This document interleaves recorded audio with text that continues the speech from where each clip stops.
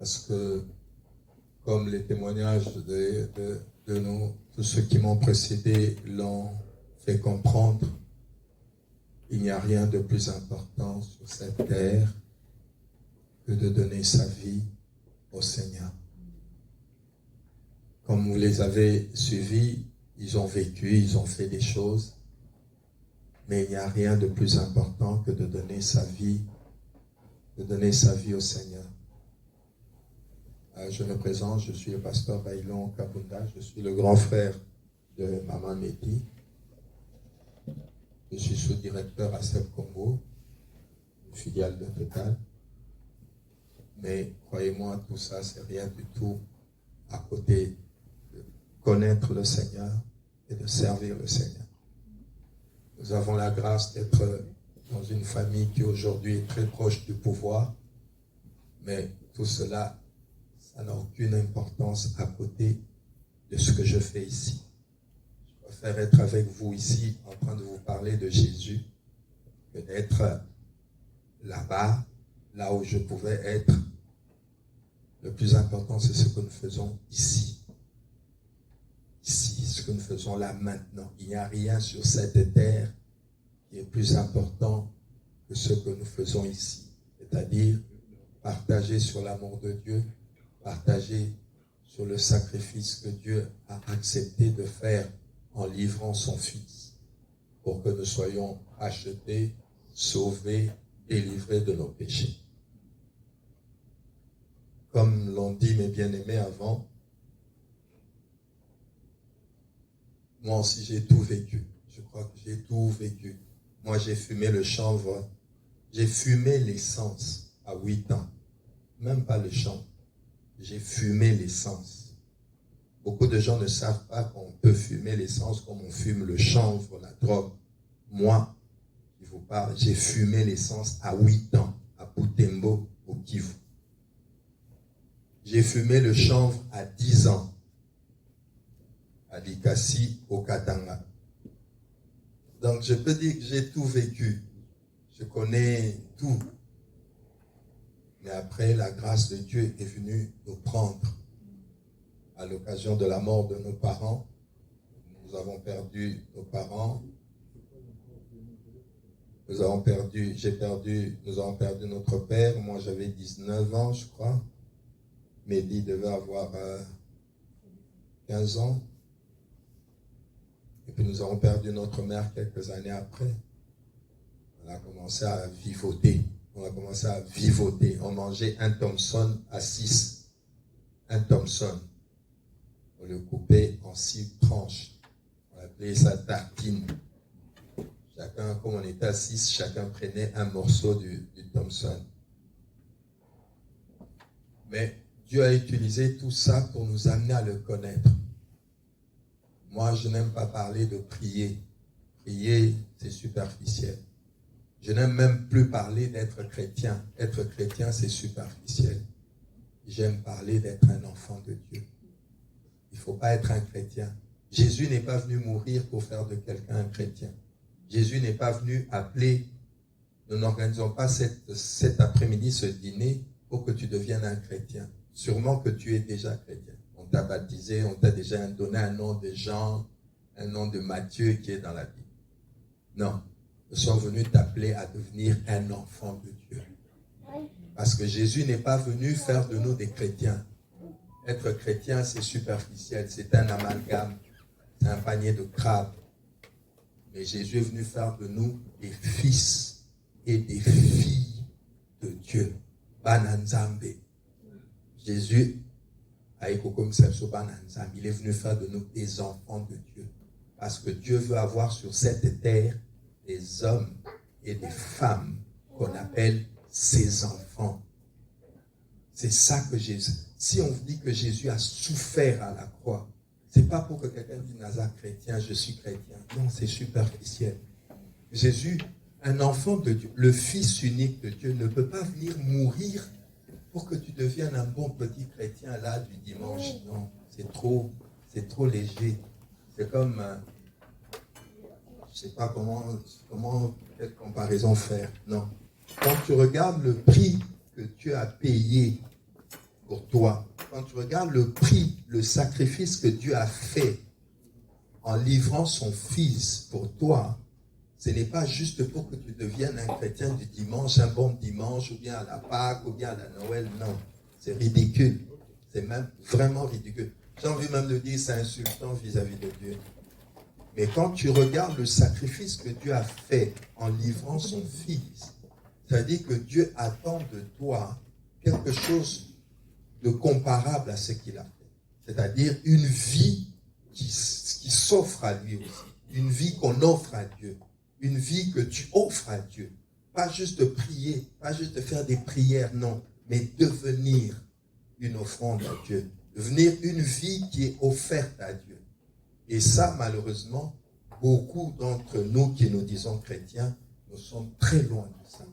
C'est-à-dire que quand tu regardes la vie que tu mènes, quand tu regardes le caractère que tu as, quand tu regardes la place que tu accordes aux choses de Dieu, ça ne vaut pas ce que Jésus et Dieu ont payé comme prix pour t'avoir.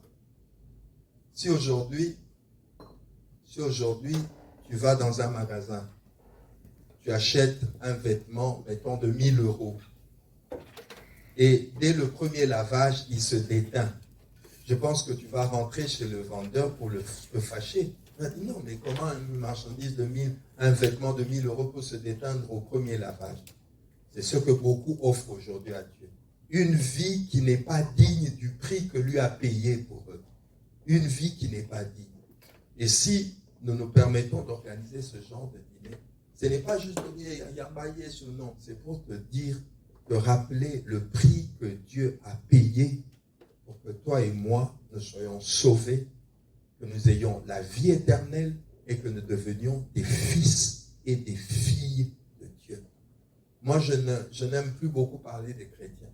Je n'aime plus beaucoup parler des chrétiens. Je trouve que c'est très bas. C'est la maternelle de la vie des croyants. Mais il faut penser en tant que fils de Dieu. Est-ce que j'ai une vie de fils de Dieu? Est-ce que j'ai une vie de fille de Dieu? Pas seulement quand je viens à l'église, mais là où je travaille, là où j'étudie, les gens qui me fréquentent, en me fréquentant, est-ce qu'ils se disent qu'ils fréquentent un enfant de Dieu? Est-ce que j'incarne sur cette terre celui ou celle qu'on peut appeler le fils ou la fille de Dieu?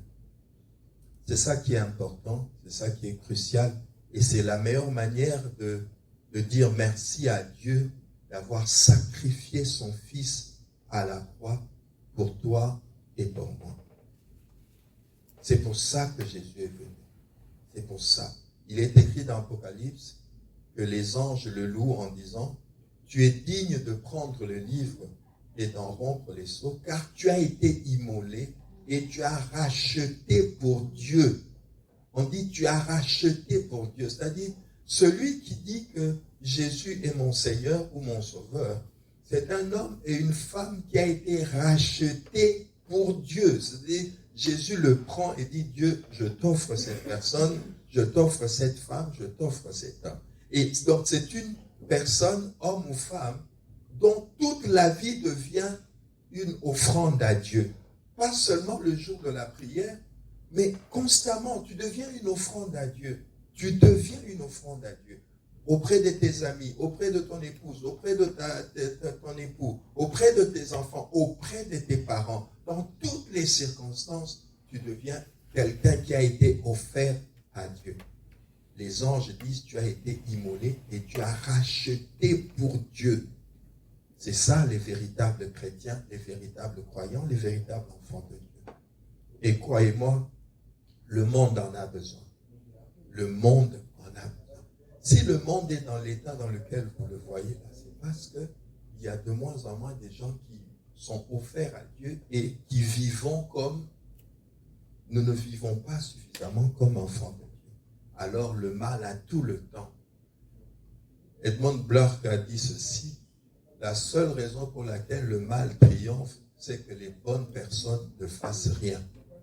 Et c'est parce que justement, la plupart du temps, ce sont les mauvaises volontés qui agissent, qui interviennent, qui parlent, que le monde va dans l'état dans lequel il se trouve, parce que le mal domine partout. Mais nous t'avons invité pour te parler de l'amour de Dieu. t'avons invité pour te parler de l'invitation de Dieu. Au-delà de nous, c'est Dieu qui t'invite. Pour beaucoup, prier semble être inutile, semble être une perte de temps. Mais nous sommes ici en train de te dire que prier n'est pas une perte de temps. C'est même la chose la plus importante qu'il y a à faire. La chose la plus importante. Ce samedi ici, nous pouvions être en train de faire plein d'autres choses. Nous amuser. Non, nous avons dit non. Invitons les personnes qui voudront bien accepter à écouter ce que Dieu veut leur dire. J'aimerais que nous lisions une histoire qu'il y a dans Luc 16, 19 à 31. Luc 16, 19 à 31, si vous permettez. Luc 16, 19 à 31. C'est une longue histoire. Je vais m'appuyer sur elle pour vous dire tout ce que j'aimerais échanger avec vous. Luc 16, 19 à 31. Je vais lire.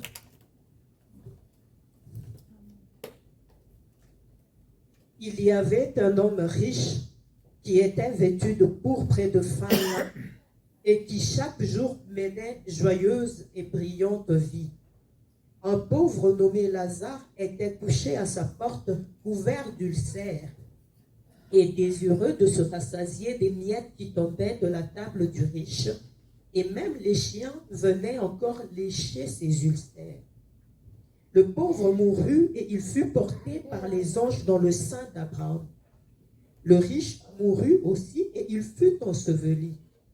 Dans le séjour des morts, il leva les yeux et tandis qu'il était en proie au tourment, il vit de loin Abraham et Lazare dans son sein. Il s'écria, « Père Abraham, aie pitié de moi et envoie Lazare pour qu'il trempe le bout de son doigt dans l'eau et me rafraîchisse la langue, car je souffre cruellement dans cette flamme. » Abraham répondit, « Mon enfant, souviens-toi que tu as reçu tes biens pendant ta vie et que Lazare a eu les maux pendant la sienne. Maintenant, il est ici consolé et toi tu souffres. D'ailleurs, il y a entre nous et vous un grand abîme, afin que ceux qui voudraient passer d'ici vers vous ou de là vers nous ne puissent le faire. » Le riche dit, « Je te prie donc, Père Abraham, d'envoyer Lazare dans la maison de mon père, car j'ai 5 frères. C'est pour qu'il leur atteste ces choses, qu'ils ne viennent pas aussi dans ce lieu de tourment. » Abraham répondit, « Ils ont Moïse et les prophètes, qu'ils les écoutent. » Amen. Amen. Ceux qui sont habitués à l'église, ils ont déjà entendu cette histoire du riche homme et du pauvre Lazare. Donc il y avait un riche homme qui avait beaucoup d'argent, qui menait une très belle vie sur la terre. Et il y avait un pauvre Lazare qui avait des ulcères, qui était tout le temps malade et qui restait à la porte de la maison du riche. Et les chiens du riche allaient lécher les plaies du pauvre Lazare. Et la Bible dit que tous les deux sont morts parce qu'effectivement, nous mourrons tous. S'il y a un rendez-vous que tu peux être sûr que tu ne rateras jamais, c'est le rendez-vous de la mort. Nous mourrons tous un jour. Et comme a dit Aristide, la question c'est de se dire, où est-ce que je vais aller ensuite? Alors, cet homme, le riche a vécu comme un pacha, il a vécu dans l'opulence et puis il est mort. Et les pauvres aussi, il est mort. Maintenant, le riche est allé en enfer. Et le pauvre est allé dans le sein d'Abraham, c'est-à-dire au paradis. Maintenant, quand le riche s'est retrouvé dans l'enfer, tellement il faisait chaud, il a vu de l'autre côté, dans le paradis, le sein d'Abraham, il a vu le pauvre Lazare. Et il a commencé à dire à Abraham, « Père Abraham, est-ce que tu peux demander à Lazare de tremper ne fût-ce que son doigt dans l'eau et de venir pour me désaltérer parce que je brûle, il fait chaud ici, c'est insupportable. » Et Abraham lui dit, « Mon fils, il y a un fossé entre nous et vous tel que personne de chez vous ne peut venir ici et personne de chez nous ne peut aller chez vous. » La première partie de mon exhortation, c'est quoi? Aujourd'hui sur la terre, tu peux changer de camp. Amen. Aujourd'hui, pendant qu'on est sur la terre, tu peux changer de camp. C'est-à-dire, tu pouvais vivre dans le péché, tu pouvais vivre dans la poisson, dans l'impudicité, dans le mensonge, dans le vol. Mais tu peux changer de camp et aller chez les enfants de Dieu, là où il y a la paix, la sérénité. Peut-être des souffrances, c'est vrai, mais il y a la paix de l'esprit, la paix de la conscience, la tranquillité de l'esprit. Maintenant, pendant que nous sommes sur la terre, je peux changer de camp. Tu peux changer de camp. Tu pouvais être dans le mal, tu pouvais être dans l'enfer, dans la vie qui mène à l'enfer, mais tu peux décider de changer de camp. Sur la terre, on ne peut pas te l'interdire. Tant qu'on est sur la terre, tant que nous dormons et nous nous réveillons sur la terre, changer de camp est possible. Je peux quitter la vie de péché, je peux quitter la vie de séparation d'avec Dieu. Une vie où tu es révolté contre Dieu, tu es révolté, tu fais tout ce que tu veux, tu peux changer de camp et venir dans le camp des enfants de Dieu. Mais de l'autre côté, ce n'est plus possible. Abraham dit aux riches, ici, pas moyen de changer de camp. Il y a un fossé tel que tu ne peux pas quitter là-bas et venir ici, ni nous quitter ici, venir. Donc, même si je le voulais, je ne peux pas perdre. Lazare ne pourra pas venir te désaltérer parce qu'ici, ce n'est pas possible. Je répète, la première leçon, c'est celle-là. Tant que nous vivons sur la terre, tout le mal que nous avions fait ou que nous faisons peut être jeté, peut être oublié, peut être pardonné. Pendant que je suis sur cette terre, je peux dire, Dieu, pardonne-moi, j'ai tué, j'ai avorté, j'ai volé, j'ai menti, j'ai fait la débauche, j'ai fait ceci. Pendant que nous sommes sur la terre, tu peux changer de camp. La terre est un lieu où le changement de camp est possible. Mais quand on va mourir, c'est en étant mort que le riche a voulu qu'il y ait quand même un contact. Et Abraham lui a dit, ici ce n'est pas possible mon frère. Il y a un fossé tel qu'on ne peut pas quitter et venir chez toi, ni toi venir ici. Ici c'est trop tard. Il n'y a pas de pont ici. Les ponts sont sur la terre. Le pont est sur la terre. Aujourd'hui, il y a un pont entre le mal et le bien. Il y a un pont aujourd'hui sur la terre. On peut changer de camp sur la terre. On peut quitter une vie où on est esclave du mal, esclave du péché, où on est esclave dans ses pensées, de la pornographie, du mal, dans toutes ses formes. Aujourd'hui, on peut changer de camp. Mais dans l'autre monde, Abraham lui dit, il y a un fossé, tu ne peux pas changer de camp.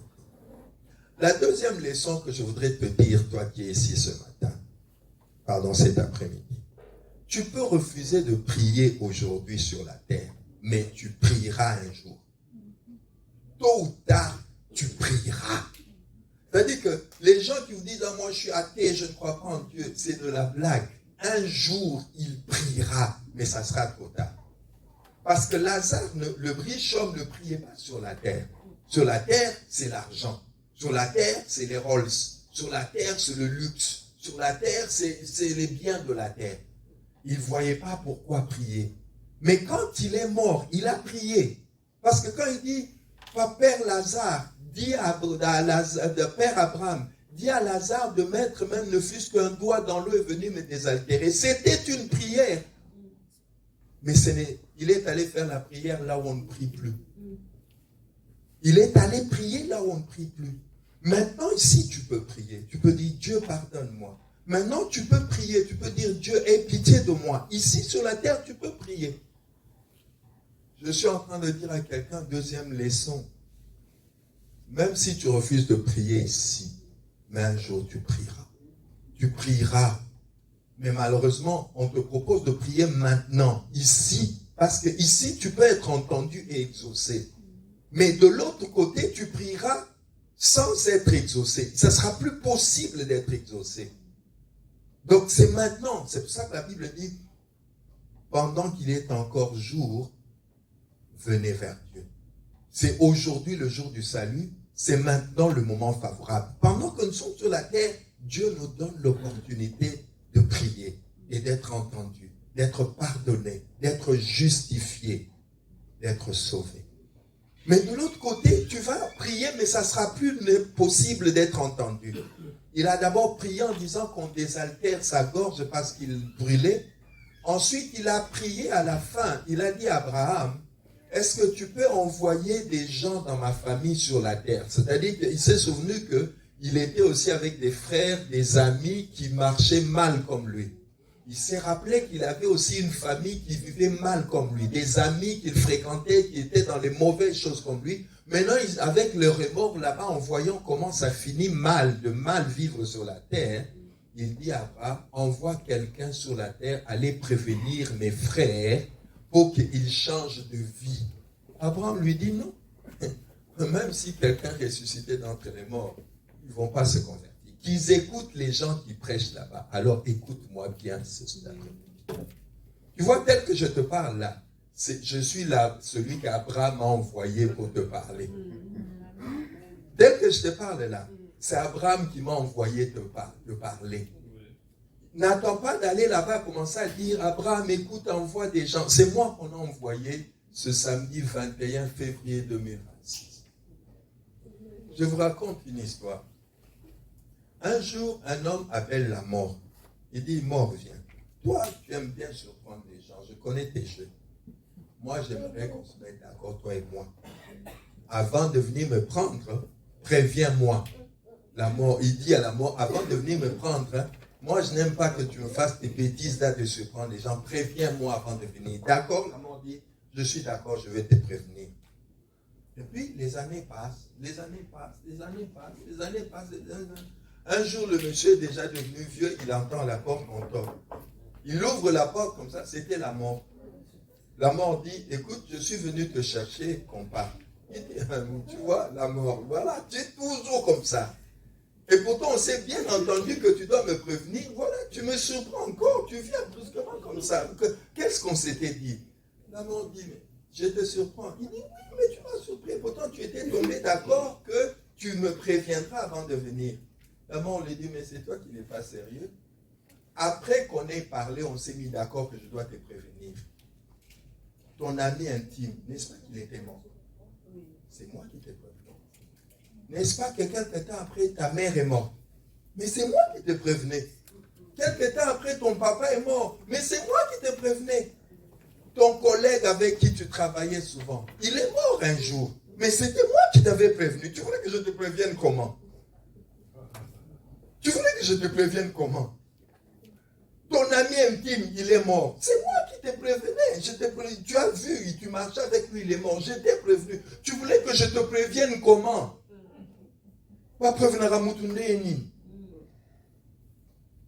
Je te préviens, ne dis pas que je suis venu à l'improviste. Tu es allé au deuil de ton collègue là, tu avais beaucoup pleuré. Tu as dit au Salinga Bouépoanine. Mais c'est moi qui te prévenais. Tu voulais que je te prévienne comment? Nous mourrons tous un jour. C'est ici que nous pouvons changer de camp. C'est ici et maintenant que nous pouvons changer de camp. Nous avons beaucoup de faiblesses, nous avons beaucoup d'incapacités. Il y a beaucoup de choses que toi et moi, nous ne pouvons pas. Ce n'est pas parce que je suis pasteur que je te dirai je suis capable. Non, je suis autant incapable que toi. Mais il y a ce qu'on appelle la grâce de Dieu qui nous a été donnée par Jésus-Christ. Et c'est là que tout commence.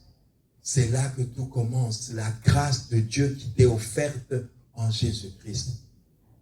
Les gens qui iront en enfer n'iront pas en enfer parce qu'ils auront péché. Les gens qui iront en enfer, ils iront en enfer parce qu'ils n'auront pas accepté Jésus-Christ. Il faut que tu comprennes très bien ce qui va se passer.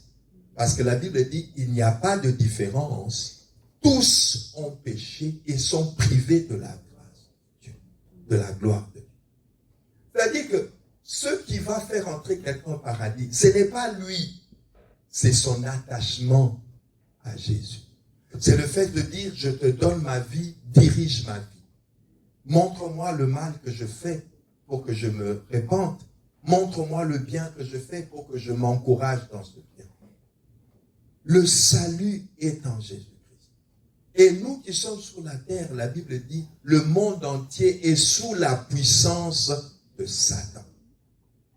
Le monde entier, le monde entier. Les gens pensent que le diable est seulement en Afrique, parce que les politiciens volent beaucoup. Non? Le diable est ici encore plus que chez nous. Moi, quand je viens ici, j'ai pitié de vous. Quelqu'un me disait, mais vous, vraiment, vous priez parce que le diable agit beaucoup en Afrique. J'ai dit, mais le diable agit encore plus que chez vous, en Europe, que chez nous en Afrique. Parce que nous, au moins, on a les problèmes financiers et matériels, mais nous pouvons prier. Mais vous, vous n'avez même pas le temps de prier. Vous n'avez même pas le temps de lire la Bible. C'est pire. Nous, malgré tout ce que vous pouvez nous accuser là, oh, Banzele, Toboka, Banzele, Koufa, même pour les transports, nous prions. Même pour l'électricité. Vous voyez comme vous êtes ici. Si c'était nous en Afrique, on allait jeûner pour que Corée était. Et tout ça, ça nous aide à nous approcher de Dieu. Vous voyez, même des choses pour lesquelles vous ne priez plus, nous prions et ça nous approche de Dieu. Ça peut vous faire rire, mais c'est comme ça. Les choses pour lesquelles vous ne priez plus, nous prions pour ça. Et ça nous approche de Dieu. Alors finalement, je dis c'est une bonne chose pour nous parce que tout concourt bien de ceux qui aiment Dieu. Le monde entier est sous la puissance de Satan.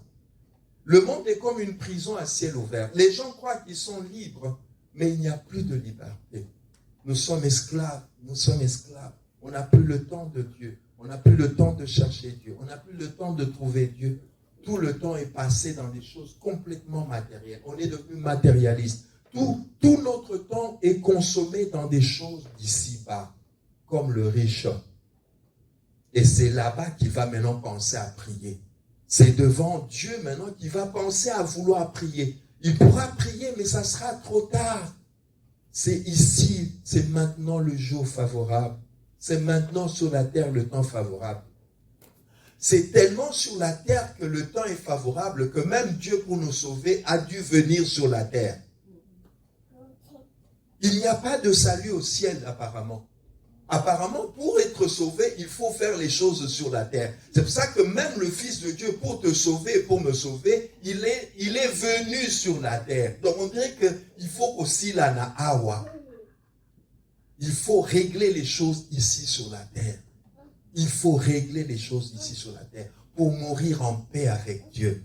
Pour mourir en paix avec Dieu. Pour mourir en paix avec Dieu. Parce que le plus important, c'est de faire la paix avec Dieu. Faire la paix avec Dieu. Être un homme qui marche en étant en paix avec Dieu. Avoir une conscience qui est en paix avec Dieu. Avoir un cœur qui est en paix avec Dieu. Avoir un esprit qui est en paix avec Dieu. Les médecins commencent à le découvrir maintenant, mais la Bible l'a découvert depuis le début. Une grande source de la plupart des maladies, c'est le manque de paix. Pas seulement de paix avec les autres personnes, mais surtout de paix avec Dieu. Parce que quand l'esprit n'est pas en paix, quand le cœur n'est pas en paix, quand l'âme n'est pas en paix, il est facile de tomber malade. Alors les médecins, pour se donner de l'importance, ils disent psychosomatique.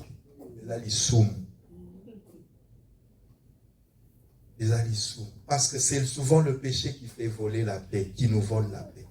Alors on dit psychosomatique, on sort des termes compliqués, mais il faut chercher la paix avec Dieu.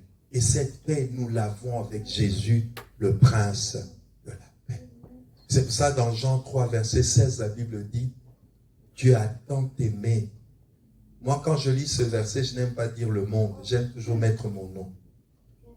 Dieu a tant aimé Christelle, Dieu a tant aimé Fabien, Dieu a tant aimé. Il faut toujours lire ce passage en mettant ton nom. Dieu a tant aimé Geneviève qu'il a donné son Fils unique afin que Aristide ne périsse pas. Il ne faut pas dire Dieu a tant aimé le monde parce que dans le monde ici, beaucoup vont périr. Ils vont aller en enfer. Donc il ne faut pas laisser ce verset-là avec monde. Il faut mettre ton nom. Dieu a tant aimé ma vie qu'il a donné son Fils unique afin que ma vie, croyant en lui, ne périsse point, mais que je reçoive la vie éternelle. Car Dieu n'a pas envoyé son Fils pour juger le monde, ni condamner le monde, mais pour sauver le monde. Pour sauver le monde. Il y a une force qui est en train d'agir sur la terre pour nous perdre tous. Donc, ce n'est pas un problème de titre pasteur, non, c'est juste perdre les hommes. Et il n'y a qu'un seul qui peut nous délivrer de cette force, c'est Jésus. Acte 4, verset 12 nous dit, car il n'y a de salut en aucun autre, car il n'y a sous le ciel aucun autre nom qui nous a été donné par lequel nous devons être sauvés. Il n'y a de salut aucun. Et c'est maintenant qu'il faut saisir le salut. Cette histoire du riche homme et du pauvre Lazare nous enseigne que tôt ou tard, tu vas prier. Il y a Romain, même si tu ne pries pas ici, là-bas, tu prieras. Tu vas prier tôt ou tard. Je dis à chacun de nous aussi, même si tu refuses de prier sur vos histoires de prière, là, vos histoires de prière, ce jour-là, là-bas, ça sera ton histoire de prière. Ça ne sera plus notre histoire. Là-bas, ça sera ton histoire de prière. Tu vas commencer à dire, oh Dieu, si je savais. Non. Ici, tu sais maintenant. Maintenant, tu sais. Aujourd'hui, tu sais. Même si tu refuses de prier aujourd'hui, demain, mais là-bas, tu prieras. Tôt ou tard, chacun de nous va prier. Mais mieux vaut que ça soit le plus tôt possible, c'est-à-dire maintenant. Il n'y a de salut aucun autre. Nous sommes venus te parler de l'amour que Dieu t'offre à travers Jésus. Nous sommes venus te parler de cet amour. Il y a un amour extraordinaire que Dieu nous offre par son Fils. Un amour extraordinaire. Dieu pouvait demander que chacun de nous soit crucifié. Il a dit non. Toi, tu vas être crucifié pour eux tous. La Bible dit, il l'a fait une fois pour toutes. C'est-à-dire, une fois pour chacun de nous ici. Une fois pour toutes les fois, c'était nécessaire. C'est-à-dire que la terre aurait dû contenir autant de croix qu'il y a des hommes et des femmes sur la terre. Mais Dieu a préféré le mettre sur le compte de Jésus. Dieu a fait retomber sur lui l'iniquité de nous tous. Maintenant, il te demande juste de lui donner ton cœur. De lui donner, de dire, je suis d'accord avec toi, que je suis pécheur, je suis méchant, je suis orgueilleux, je vis dans le mal, et par moi-même, je ne pourrai pas m'en sortir. S'il te plaît, je te tends la main. Il y a cette histoire où Jésus marchait sur l'eau, et puis Pierre l'a vu. Jésus était là sur l'eau. Le fait que Jésus marchait sur l'eau, ça montre son pouvoir surnaturel, sa capacité à vaincre ce que nous ne pouvons pas vaincre. Les lois de la pesanteur, toutes les lois qui nous dominent, qui font que nous tombons, nous sommes incapables. Il nous montre par là que moi, je peux vaincre ces lois. Et alors Pierre, en le regardant, il dit, Seigneur, si c'est toi, permets et ordonne que je vienne aussi sur l'eau avec toi. Jésus lui dit, viens. C'est-à-dire que Jésus veut t'accepter dans sa dimension. Jésus veut accepter chacun de nous dans sa capacité à lui, à vaincre les lois. Toutes les lois que toi, tu ne parviens pas à vaincre là. Toutes les lois qui imposent la maladie, qui imposent c'est des lois qui imposent le péché dans le corps de l'homme. Et Jésus, en marchant sur l'eau et en disant à Pierre, viens, il veut dire à chacun de nous, viens dans ma sphère, viens dans mon atmosphère, viens dans mon royaume et tu vas participer à ma capacité à vaincre. Il lui a dit, viens. Et Pierre est sorti.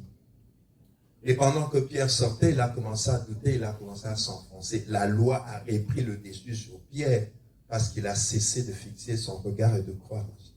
Encore une fois, Jésus lui a tendu la main parce que Pierre a dit, Seigneur, sauve-moi.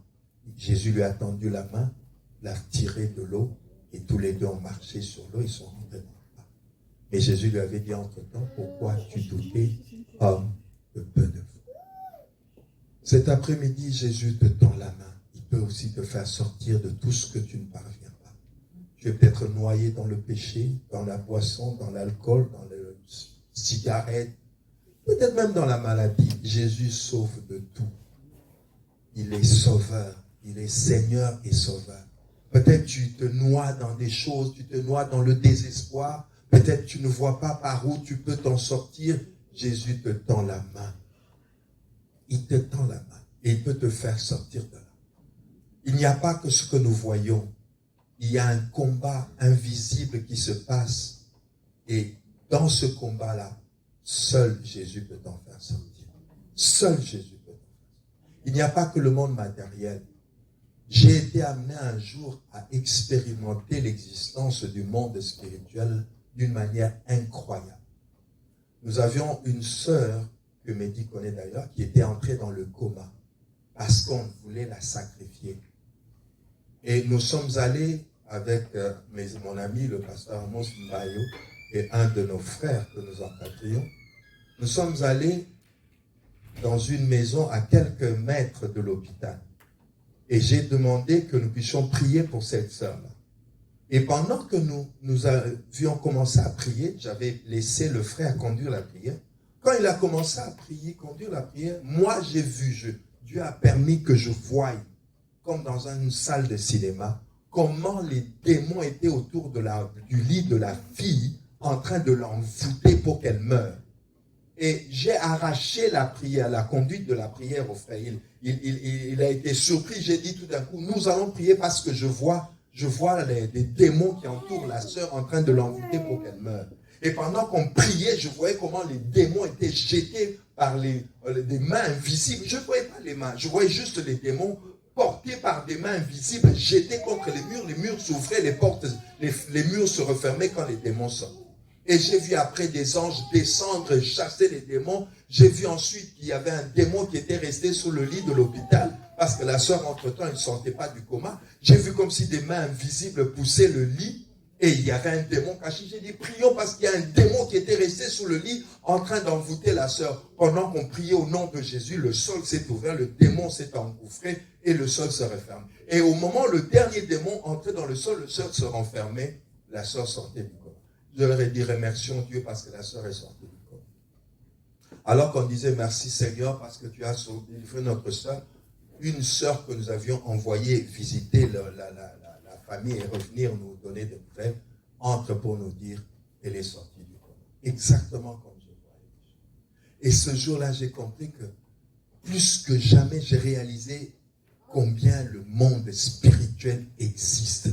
Et que c'est ce monde-là qui manipule tout. Tu vas voir quelqu'un qui va dans la débauche, il pense que c'est lui. Quand tu dis, il pense que c'est lui, ce n'est pas lui.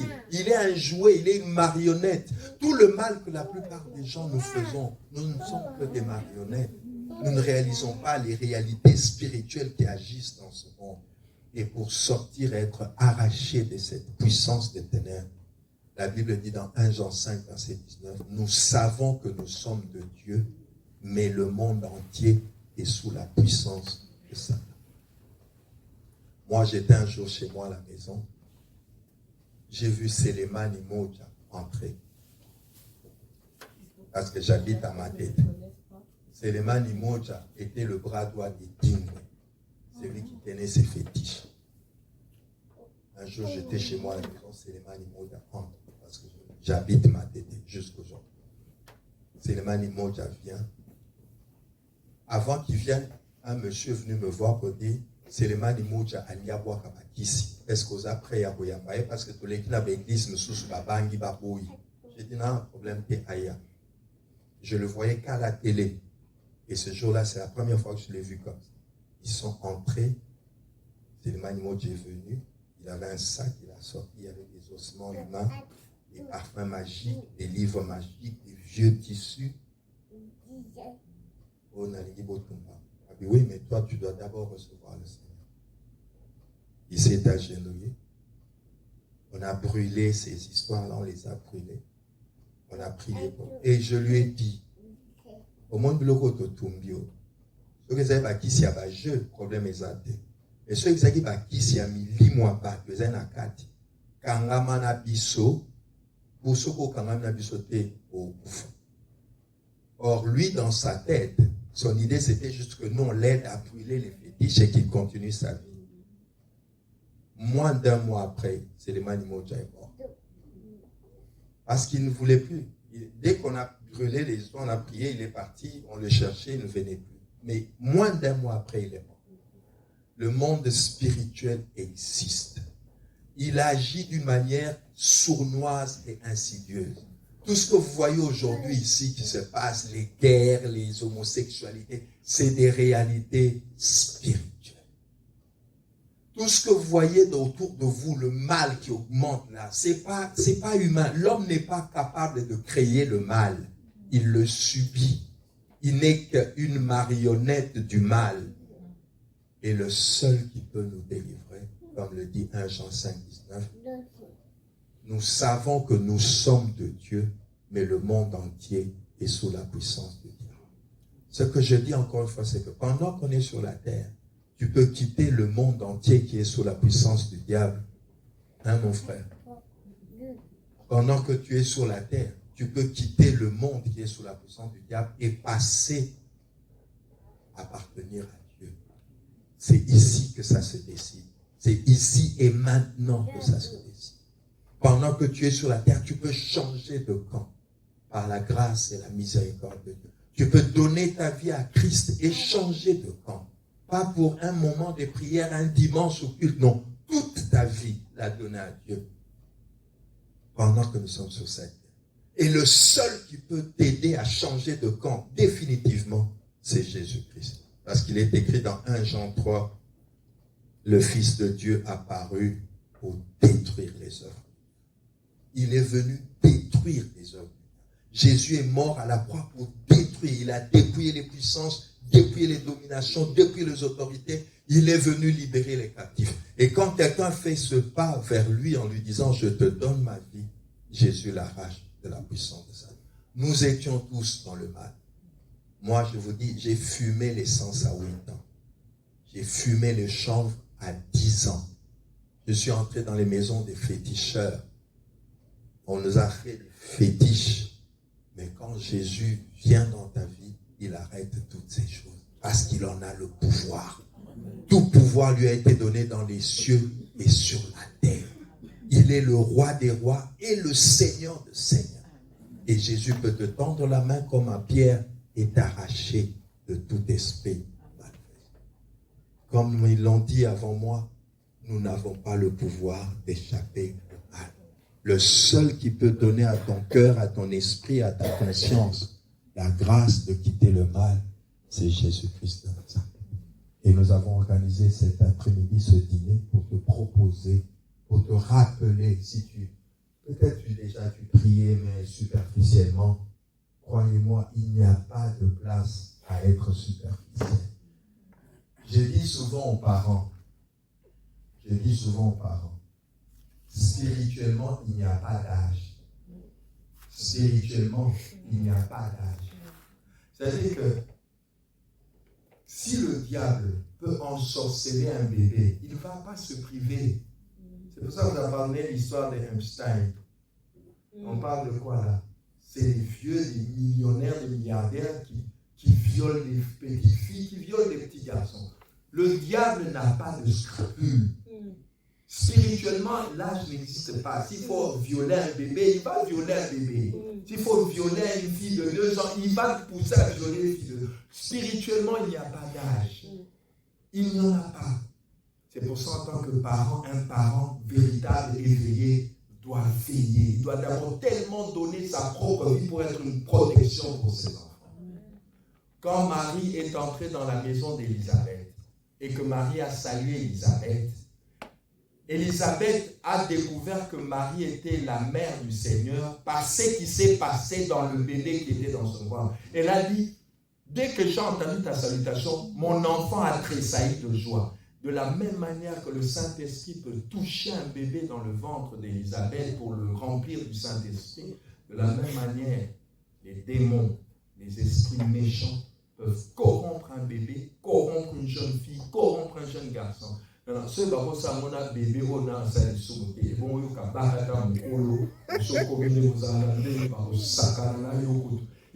un bébé qui est dans le ventre de sa mère qui n'a pas encore commencé à commettre l'impudicité ni la débauche. Un démon peut l'envoûter, en faire une sorcière ou un sorcier. Maintenant, imagine-toi qui a déjà commencé à pécher, à mentir, à tromper. Imagine toutes les portes que tu ouvres dans ta vie qui peuvent permettre aux démons de manipuler et de jouer avec ta vie. Crois au Seigneur Jésus, tu seras sauvé. Il n'y a de salut en aucun autre, car il n'y a sous le ciel aucun autre nom qui nous a été donné. C'est pour ça que nous avons organisé ce dîner, pour partager avec toi encore sur l'amour de Dieu, pour partager avec toi sur cet homme qui s'est livré pour proposer à chacun de nous le chemin du salut. Amen. Amen. Que Dieu vous bénisse. Je vais laisser Aristide. Que Dieu vous bénisse. Oui, merci. Je veux savoir ceci. Vous avez dit le mal, le diable.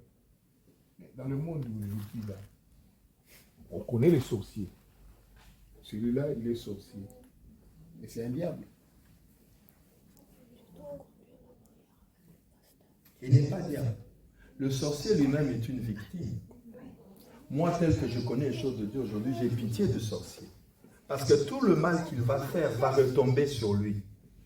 Tout ce qu'il va faire, il va torturer les gens, il va freiner les gens, il va empêcher les gens d'avoir la maternité, il va empêcher quelqu'un de trouver du travail. Celui que le sorcier attaque, s'il se donne à Jésus, le sorcier va échouer. Mais lui, là, avec sa sorcellerie, il va finir. Il est lui-même victime parce que c'est qu'il est utilisé par le diable. Il va payer pour avoir permis au diable de l'utiliser. Oui, il est un diable en quelque sorte, mais par procuration. Mais il va payer durement s'il ne se convertit pas. Parce que nous tous, par le mal que nous faisons, nous sommes des petits sorciers. Parce que quand je blesse ma femme, quand je fais du mal à mes enfants, quand je fais du mal à quelqu'un, je suis aussi un diable. C'est pour ça que Jésus, un jour, il avait dit à Pierre, arrière de moi, Satan. Parce que quand tu permets au diable de passer par toi pour dire ou faire quelque chose, par procuration, tu deviens un diable. Mais tu vas payer pour le mal que tu fais. Si tu ne te repens pas et tu ne te convertis pas en toi. Mais le mal n'est pas issu de l'homme, non. L'homme n'a pas créé le mal, non, non. Il y a des êtres qui viennent, de la même manière qu'il y a des êtres qui viennent pour nous inspirer au bien, il y a des êtres qui viennent nous inspirer au mal. Je voudrais encore une fois aussi dire quelque chose de très important, je pense. Dans l'échelle alimentaire, l'homme n'est pas le plus haut dans l'échelle alimentaire. L'homme lui-même aussi est un aliment pour des réalités spirituelles. C'est-à-dire que tous les sentiments de détresse, de colère, de méchanceté, de haine, ce sont des sentiments qui nourrissent les forces spirituelles négatives, qui nourrissent le diable, qui nourrissent les démons. C'est pour ça qu'on nous dit, mettez-vous en colère, mais ne donnez pas l'accès au diable. C'est-à-dire, il y a des sentiments que l'homme nourrit, il y a des sentiments que l'homme entretient, qui sont comme des nourritures pour des réalités spirituelles des ténèbres. Et puis, il y a des sentiments aussi que quand l'homme a, ce sont des nourritures pour les êtres spirituels de lumière. Par exemple, la joie, par exemple, la paix, par exemple, la gentillesse. C'est des choses qui nourrissent le monde de Dieu. C'est pour ça que Dieu aime la joie et vous dit, réjouissez-vous toujours, réjouissez-vous. Parce que la joie est l'atmosphère de la lumière, de l'atmosphère de Dieu. C'est pour ça que la Bible dit, heureux ceux qui procurent la paix, ils seront appelés fils de Dieu.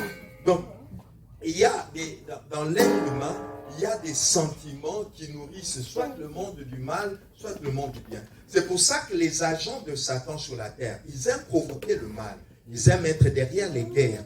Parce que les guerres, en provoquant toutes ces destructions, toutes ces tueries, produisent une telle énergie négative qu'elles permettent aux puissances des ténèbres maléfiques, sataniques, de régner encore plus sur la terre. C'est pour ça que les psychopathes, les sociopathes, tous ceux qui sont facilement utilisés par le diable sont poussés à faire du mal. Et même dans les familles, même dans les sociétés, vous allez voir un psychopathe qui sera là pour torturer les autres, mettre les autres mal à l'aise. Parce que quand il te met mal à l'aise, il te pousse à produire des sentiments négatifs que le malin va profiter. C'est pour ça que la Bible dit, ne donnez pas l'accès au diable, ne vous attristez pas, ne murmurez pas. Vous allez voir dans la Bible, souvent Dieu était très dur avec les gens qui murmuraient. Parce que les murmures, les plaintes, les lamentations sont des sentiments qui attisent la puissance démoniaque et satanique. Tandis que la paix, la gentillesse, le pardon, l'amour, ce sont des sentiments qui privent Satan de sa force et de... voilà pourquoi on va dire aux enfants de Dieu, même dans les souffrances, rends grâce à Dieu, loue le Seigneur, bénis Dieu, parce que tu prives Satan de la force. Et en allant plus loin, tu vas voir que quand tu passes une journée maussade, triste, après, tout passi, estomac, j'ai des douleurs, tu as ouvert la porte aux forces. Mais l'homme ne produit pas de mal. Il est manipulé pour produire le mal. Il est manipulé pour nourrir le mal. De la même manière que le Saint-Esprit, la parole de Dieu et Jésus veulent nous pousser à produire le bien.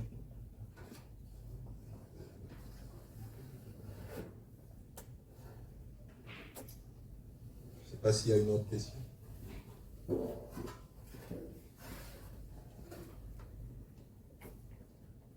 Bonzambe bongina yo moyenge pene. Zoankembo tabo mwana. Tangango yo bongo lakina no vinote. Tangango yo sekwisa kilazarete.